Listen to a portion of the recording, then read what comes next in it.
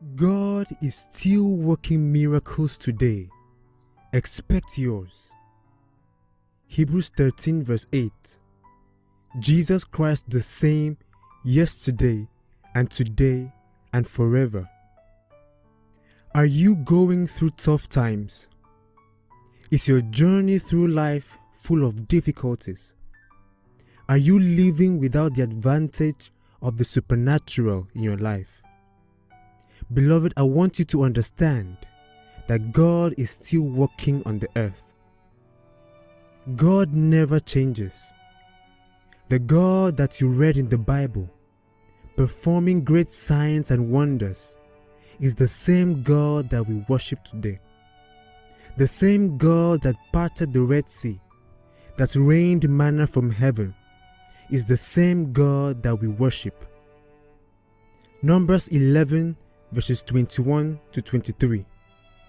And Moses said, "The people among whom I am are 600,000 footmen, and thou hast said, I will give them flesh, that they may eat a whole month.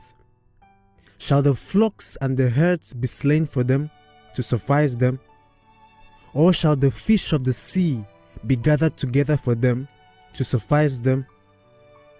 And the Lord said unto Moses, "Is the Lord's hand waxed short? Thou shalt see now whether my word shall come to pass unto thee or not." And in verse 31, the Bible says, "And there went forth a wind from the Lord, and brought quails from the sea, and let them fall by the camp, as it were a day's journey on this side, and as it were a day's journey on the other side, round about the camp, and as it were 2 cubits high upon the face of the earth." The Lord's hand is not short. All you have to do is to believe and expect. God can intervene in that situation you are going through, and He wants to. God feels your pain. He understands what you're going through. The Bible says that we have a high priest, Jesus, who understands our weaknesses. You have a right to these miracles. You have access through Christ into this realm of the miraculous. Romans 5 verses 1 and 2. But receiving your miracle is not about emotions. You can't cry your way into receiving divine intervention. The first thing you need is knowledge. Contrary to the popular saying that what you don't know can't kill you, what you don't know is actually what kills you. In Hosea 4 verse 6, God says that His people are destroyed because of lack of knowledge. You can't believe in the power of a God who you don't know is powerful. You can't believe in the promises of God if you don't know them. 1 Corinthians 2 verse 16 says, "We have received not the spirit which is of the world, but that which is of God, that we may know the things that are freely given to us by God." So search the Bible. Meditate on His promises. Let that truth reign in your consciousness. The second thing you need is to look away from the world. What you focus on is what goes into your heart.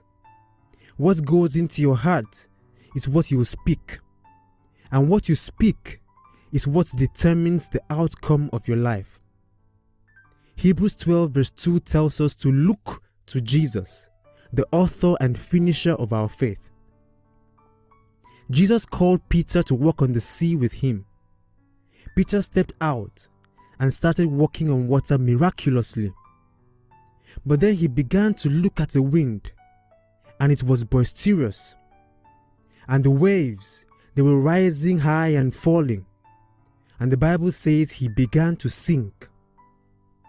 The moment he took his eyes off Jesus and looked to his environment, fear crept into his heart, produced doubt, and he lost his connection to the miraculous.